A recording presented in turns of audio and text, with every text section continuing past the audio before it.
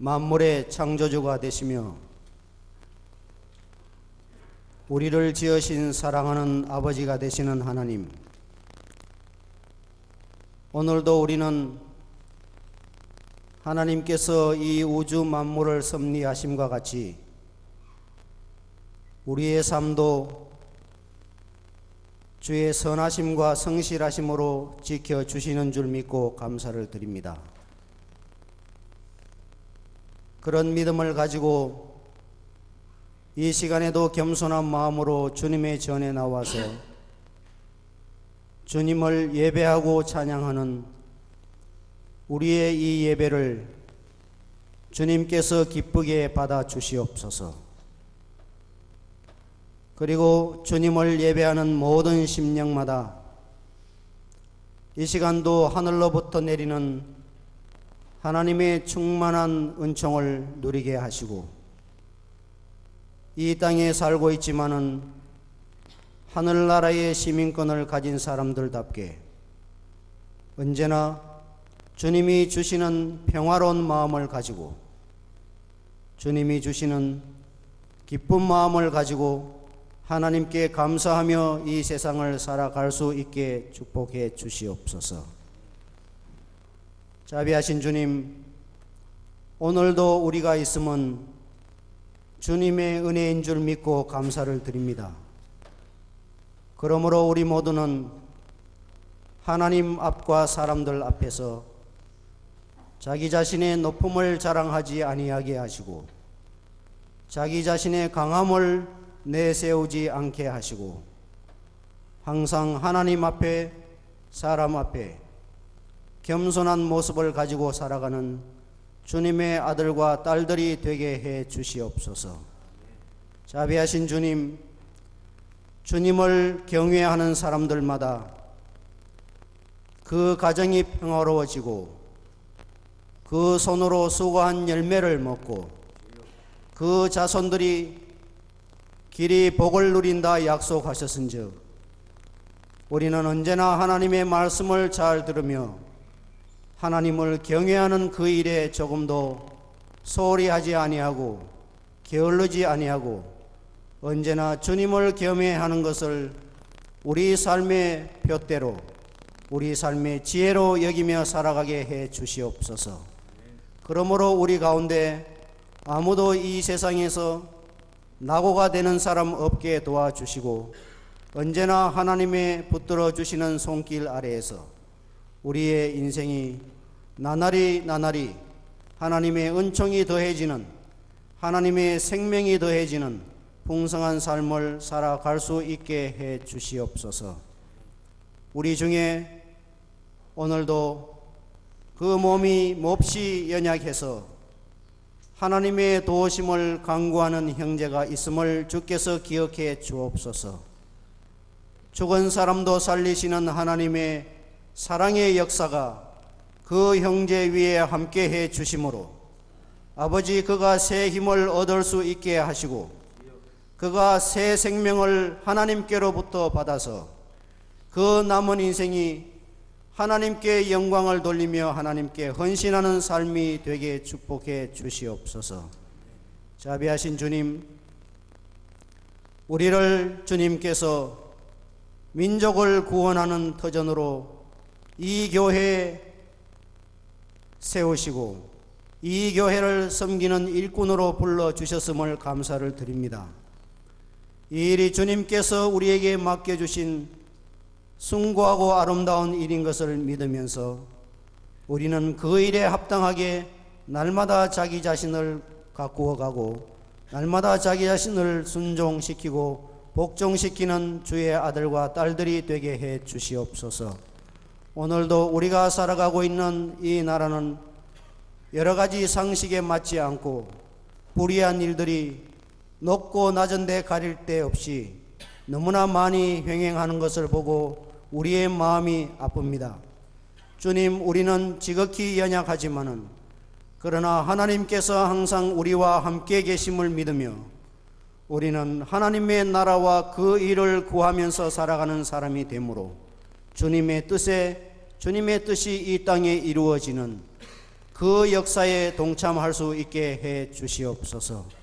주님, 남과 북이 서로 원수가 되어서 헤어져 있는 이 상황을 주께서 긍휼히 보시고 우리가 하나님 앞에 날마다 끊임없이 드리는 우리의 기도를 주님이 외면하지 마시고 들어 주시옵소서. 그러므로 이 민족은 원수로서 살아가는 민족이 아니고 모든 미워하는 마음을 나부터서 떨쳐버리고 사랑하는 마음, 서로 긍휼히 여기는 마음으로 서로를 감싸주고 서로를 치료해주고 서로를 그 손을 이끌어주면서 새로운 민족으로 거듭날 수 있게 해 주시옵소서. 이것이 주님의 뜻이오매 그 뜻에 우리 모두 전심전력할 수 있게 해 주옵소서. 자비하신 주님, 주님의 교회 속에 어린 유치부 아이에서부터 시작해서 또 아동부, 중고등부, 청년부 그리고 어른에 이르기까지 여기에서 주님의 진리의 말씀을 가르침 받음으로 저들의 영혼이 날마다 주 안에서 새로워지고 그리고 이들이 이 땅을 새롭게 하는 일에 하나님께서 귀하게 쓰시는 기둥들이 될 수 있게 해 주시옵소서. 이 예배의 주인이 되시는 주님, 우리 모두의 마음을 담아서 주님께 찬양을 드리는 성가대 찬양을 주께서 받아주시고 주님, 우리의 삶이 항상 끊임없이 주님의 은총에 감사와 찬송을 돌리는 삶이 되게 해 주시옵소서. 모든 일을 합력해서 선을 이루시는 주님의 역사가 늘 우리와 함께 하심을 믿으며 우리는 주님을 푯대 삼아 날마다 위를 향해 다른박질 치는 주의 자녀들이 되게 해 주옵소서. 이 시간에도 우리에게 하나님의 말씀을 대언하실 주님의 종을 주께서 강하게 붙들어 주시옵소서. 성령의 두루마리로 입혀 주시고 그 속에 새 기운을 용솟음치게 해 주옵소서.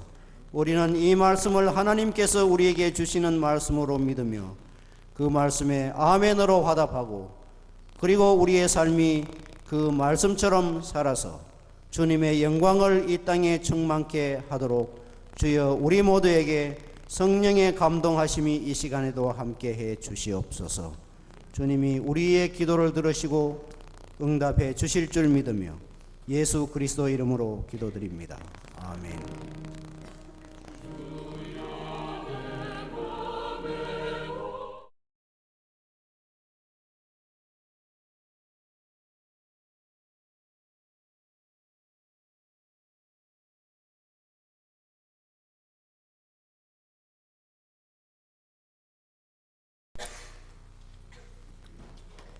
오늘 아침에 읽어드린 요한복음 12장에 있는 말씀, 나사로의 부활 사건을 경험한 마르다와 마리아의 이야기입니다. 그들은 진실로 죽은 아우를 다시 살리신 예수를 생각만 해도 찬탄과 감격 속에 살았던 것입니다.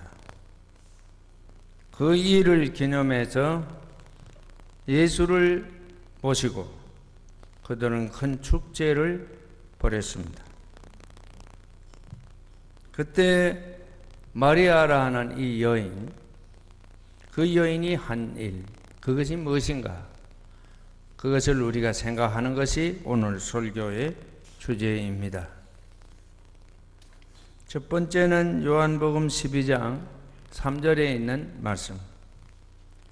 그때에 마리아가 매우 값진 순나도 행류 한 근을 가져다 예수의 발에 붓고 자기 머리털로 그 발을 닦았다.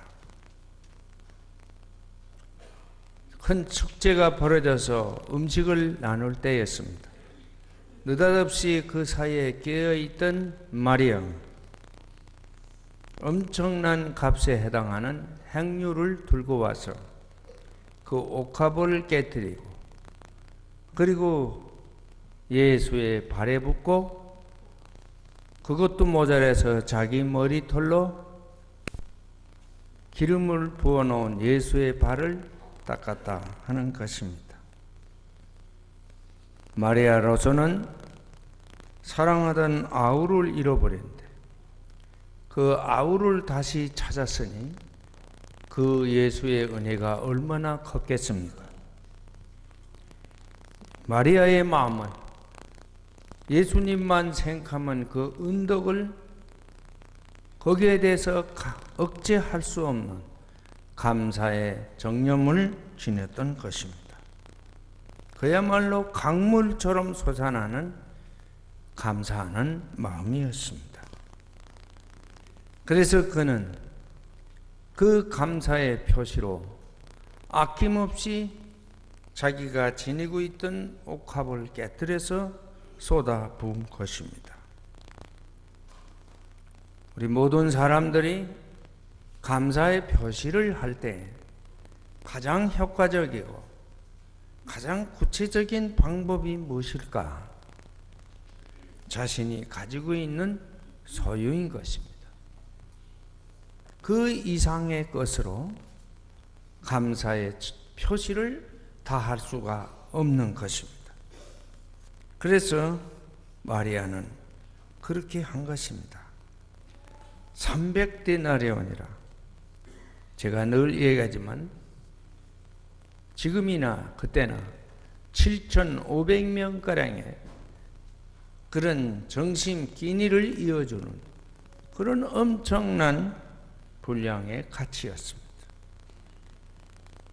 그런데 그것을 그는 계산하지 않았습니다. 예수의 발에 먼지를 닦는데 어느 만큼의 분량을 쏟아 부어야 되겠느냐 하는 걸 계산하지 아니하고 그냥 있는 대로 아낌없이 쏟아 부은 것입니다. 오늘 우리 크리스찬의 삶에 바로 이 여인의 이런 삶이 없이는 안 됩니다. 제가 언젠가 여러분에게 말씀드렸지만 드 뷰스라는 사람이 서양의 미래라는 그 글을 쓰는 책을 편찬했는데 이제 앞으로 그 당시만 해도 서양과 그리고 저 동구라파 러시아를 중심한 공산권과의 대결에 있어서 결정적인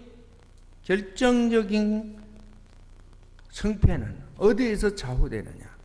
바로 이런 헌신, 이런 봉헌, 이 누가복음 7장 그리고 우리가 지금 말하는 같은 얘기인데 이 요한복음 12장에 등장하는 이 마리아와 같은 아낌없는 봉헌, 이것이 결정을 한다 그랬습니다.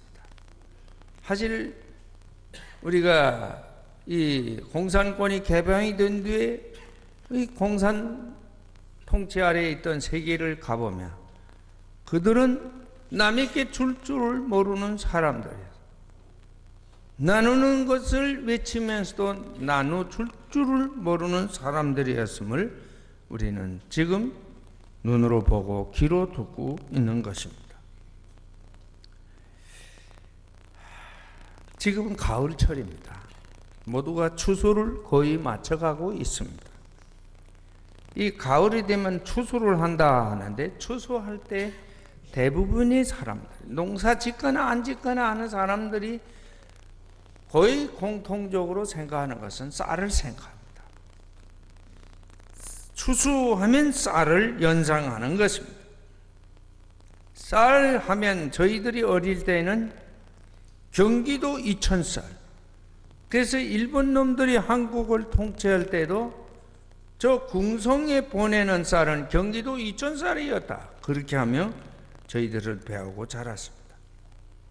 그런데 지금 그 일본 사람들이 궁성에 가져가던 그 경기도 이천의 쌀 대신에 지금은 어디 쌀을 가져오느냐? 일본 사람들은 캘리포니아 산 쌀을 가져옵니다. 그것으로 전 일본 국민이 많이 먹고 사는 것입니다. 이 캘리포니아에 쌀 농사를 시작한 사람들이 누구냐? 미국으로 이민을 간 일본 사람들입니다. 쌀 농사를 제일 잘 짓는다던 한국 사람도 아니고 일본 사람들이 그 일을 해서 아주 성공을 했습니다. 이 일의 가장 호시, 제일 먼저 이 일을 시작한 사람이 누구냐? 이와다 모리라는 사람이었어요. 그는 장인인, 목사인 그 장인을 따라서 미국으로 이민을 갔습니다. 거기 가서 그가 한 일을 쌀 농사를 짓는 일이었어요. 그걸로 성공을 했어요. 그는 쌀 농사를 시작할 때부터 두 가지 원칙을 정했다고 합니다. 항상 나는 저 뉴잉글랜드, 보스턴 지역으로 이민을 왔던 그 청교도들, 그들이 어떤 처지에서도 어떠한 죽음과 굶주림의 위협 속에서도 그들은 자신들의 수입의 10분의 1을 하나님께 드리고 감사의 예물을 드리는 것을 시작했던 것처럼 나도 어떤 처지에서도 내가 소득한 것의 10분의 1은 하나님께 바친다 그랬어요. 그리고 또 한 가지 원칙이 있었어요. 어떤 어려움이 있더라도 하나님의 말씀에는 순종한다는 이 두 가지 원칙으로 했다고 합니다. 우리 감리교의 창설자인 존 웨슬리도 이 11조라 하는 것은 청지기의 첫걸음이다. 세례를 받고 임원이 된 사람은, 어느 부서이든지 임원이 된 사람은 다 청지기라고 말합니다. 그런데 그 청지기의 첫걸음이 뭐냐? 11조로 시작하는 것이다. 그렇게 말을 했습니다. 전 동대문교회 98년도, 99년도 그 다른 어느 해보다도 11조가 감소된 그런 현상을 보여주었습니다. 모든 사람들이 모여 앉으면 수입이 감소돼서 그렇게 됐습니다. 그렇습니다. 나는 그 사실을 인정합니다. 그렇다면 사실 수입이 줄어들어서 11조 헌금이 감소됐다면, 진정으로 그렇게 생각한다면 그런 사람들은 마땅히 기도해야 합니다.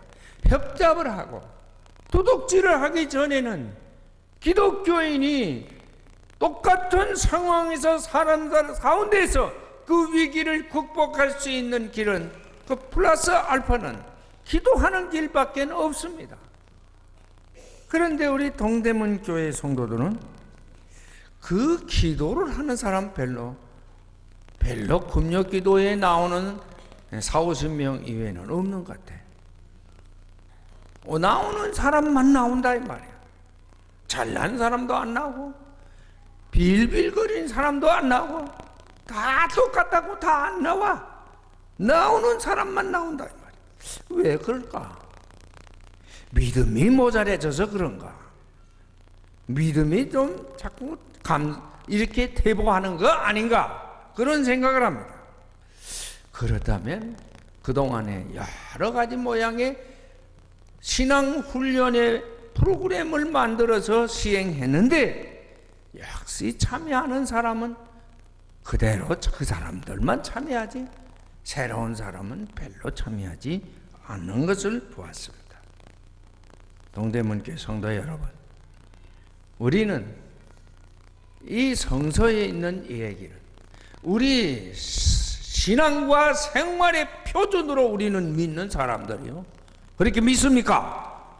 성경에 있는 말씀은 우리의 믿음의 표준이고 생활은 그 성경의 가르침대로 살기로 하는 것입니다. 그렇게 믿고 사시기를 바랍니다. 그런 사람들은 최소한 너희 마리아처럼 살아야 하는 것입니다. 그것이 없으면 여러분의 인생이 그렇게 되고 맙니다. 정말 여러분의 인생이 사람의 손만이 아닌 다른 손에 개입이 있다는 그런 모습으로 산다면, 그런 살려는 길, 그 성경 말씀대로 살아야 합니다. 그 아니면 안 됩니다. 두 번째 말씀은 요한복음 12장 5절에 있습니다. 이 마리아가 옥합을 깨뜨려서 행류를 쏟아 부으니까 그때 아무도 나서질 않았는데 예수의 수 제자 중에 하나라고 일컫던 가룟 유다가 나섰습니다. 이 행류를 300데나리온에 팔아서 가난한 사람들에게 주지 않고 왜 이렇게 낭비하는 거냐? 시비를 걸었습니다. 예수의 쏟아붓는 행류, 아니면 그것을 가난한 사람들에게 주는 행류, 어느 쪽을 택해야 되느냐? 우리는 얼핏 보면 마땅히 가난한 사람들을 도와주는 데 써야 하는 것이 아닌가? 그 예수의 가르침이 그런 게 아닌가? 사회적인 명분으로 말하면 가룟 유다의 얘기가 옳습니다. 산술적으로 계산해 봐도 가룟 유다의 얘기가 옳습니다. 그런데 두 가지 이유로 이것이 틀렸다는 사실을 성서도 입증하고 가룟 유다의 생애도 우리에게 보여주고 있습니다. 첫째는 이 가룟 유다는 도적이었다 그랬어요. 이미 그의 마음이 도적이 들어갔다 이 말이에요. 이미 그의 마음에 욕심이 잉태되었다는 것이죠. 그렇기 때문에 그는 가난한 사람을 겉으로 표방했지 실제에 있어서는 그가 도둑질을 하기 위하여. 오늘 이런 교회가 이 지구촌에는 많이 있는 것 같아요. 미국에 있는 어떤 후라싱이라는 데 제일 큰 교회, 그 교회 돈 맡은 분이 집계할 때 항상 몇천 불씩, 그 교회는 뭐 한 주일에 몇만 불씩 나오는 교회인데 이렇게 쑥닥쑥닥 건사했는데 얼마 동안 했는지는 모르는데 새 목사님 가서 하도 수상해서 그걸 의논했더니 그 교회 어떤 다른 분이 뭐 카메라를 이렇게 딱 비추했대. 몰래 카메라. 그래도 걸려들었어. 근데 거기만 있는 게 아니죠. 우리 국내에도 너무너무 많습니다. 도적이 가룟 유다는 바로 그런 사람이다. 둘째는 여러분, 우리 기독교에서는 사람을 세 가지 상대 속에 살아간다. 첫째는 하나님과의 관계 속에 살아가. 둘째는 사람과의 관계 속에 살아가. 셋째는 자연과의 관계 속에 살아간다. 발도 비치라는 신학자가 한 말입니다. 그런데 그가 말한 게 아니라도 그건 실제로 그렇습니다. 우리의 삶이. 그런데 이 가운데에서 성서가 우리에게 가르치는 우선순위가 첫 번째는 뭐냐? 하나님과의 관계가 바로 되어야 된다 하는 것입니다. 하나님과 사람과의 관계가 잘 되는 길은 인격적인 차원에서는 믿음을 가져야 합니다. 하나님과 나와의 인격적인 만남, 교제는 믿음으로 되는 겁니다. 믿음이 없으면 하나님은 남이고 나는 나야. 근데 하나님과 내가 아버지가 되고 아들이 된다고 말하는 것은 어찌 하나님의 아들이고 내가 하나님의 아버지고 내가 아들인가? 많은 사람들이 하나님은 손자에게도 아버지고 할아버지에게도 아버지고 어떻게 그렇게 망측스럽느냐? 그렇게 말하지만 그건 상징으로 그렇게 말한 거지. 하나님 보고 아버지라는 것은 아니죠. 하나님을 아버지와 같은 분으로 설명을 인간의 언어로 인간의 입술로 그렇게밖에 할 수 없어 한 것뿐이요. 하나님과 인간 간의 관계는 인격적으로는 믿음의 관계입니다. 그 다음에 사람이 인격 다음에 인간의 삶을 지배하는 게 물질이죠. 물질적인 차원에서는 하나님과 인간의 관계는 11조라는 것이요, 감사라는 것이요, 이거를 매개로 해서 하나님은 우리 아버지가 되고 우리의 복의 근원이 되고 하는 거지. 그리고 우리는 그의 자녀이고 우리는 그 은혜로 사는 사람이 되는 것입니다. 동대문교회 성도 여러분, 이 점을 언제나 생각하며 살아가시기를 바랍니다. 시편 92편 오늘 아침에 읽은 성경 말씀에 가장 높으신 하나님 주님께 감사를 드리며 그 이름을 노래하는 것이 좋습니다. 가장 높으신 하나님 주님께 감사를 드리며 그 이름을 노래하는 것이 좋습니다. 그렇게 말한 것입니다. 세 번째 말씀, 요한복음 12장 7절에 있습니다. 하도 이 가룟 유다와 다른 사람들 사이에 논쟁이 벌어지니까 예수님이 말씀하기를 그대로 두어라. 그는 나의 장례날에 쓰려고 간직한 것을 쓴 것이다. 여러분, 신약 성경의 주제가 뭐죠? 여러분, 요건 머리에 딱 두고 사세요. 신약 성경의 주제는 예수의 죽음입니다. 저 십자가입니다. 그리고 예수의 부활 사건입니다. 이거 빼버리면 그건 다 옛날 이 얘기거리에 지나지 않습니다. 이 두 가지 주제 때문에 성경은 오늘도 우리에게 진리를 가르치는 책이요, 오늘도 우리에게 생명 양식을 먹여주는 책인 것입니다. 그렇게 믿으시기를 바랍니다. 이 신약의 주제, 예수의 죽음과 부활. 그런데 여러분, 이 예수의 죽음을 제일 먼저 감지한 사람, 예감한 사람이 있는데 그건 누군지 아세요? 마리아입니다. 이 마리아야, 이 마리아. 옥합을 깨뜨린 이 마리아야. 자기 머리로 예수의 발에 먼지를 닦은 이 마리아. 제일 먼저 예수님이 죽을 줄 감지했어요. 부활을 제일 먼저 목격한 사람이 있어요. 그 증인이 있어요. 누굽니까? 막달라 마리아입니다.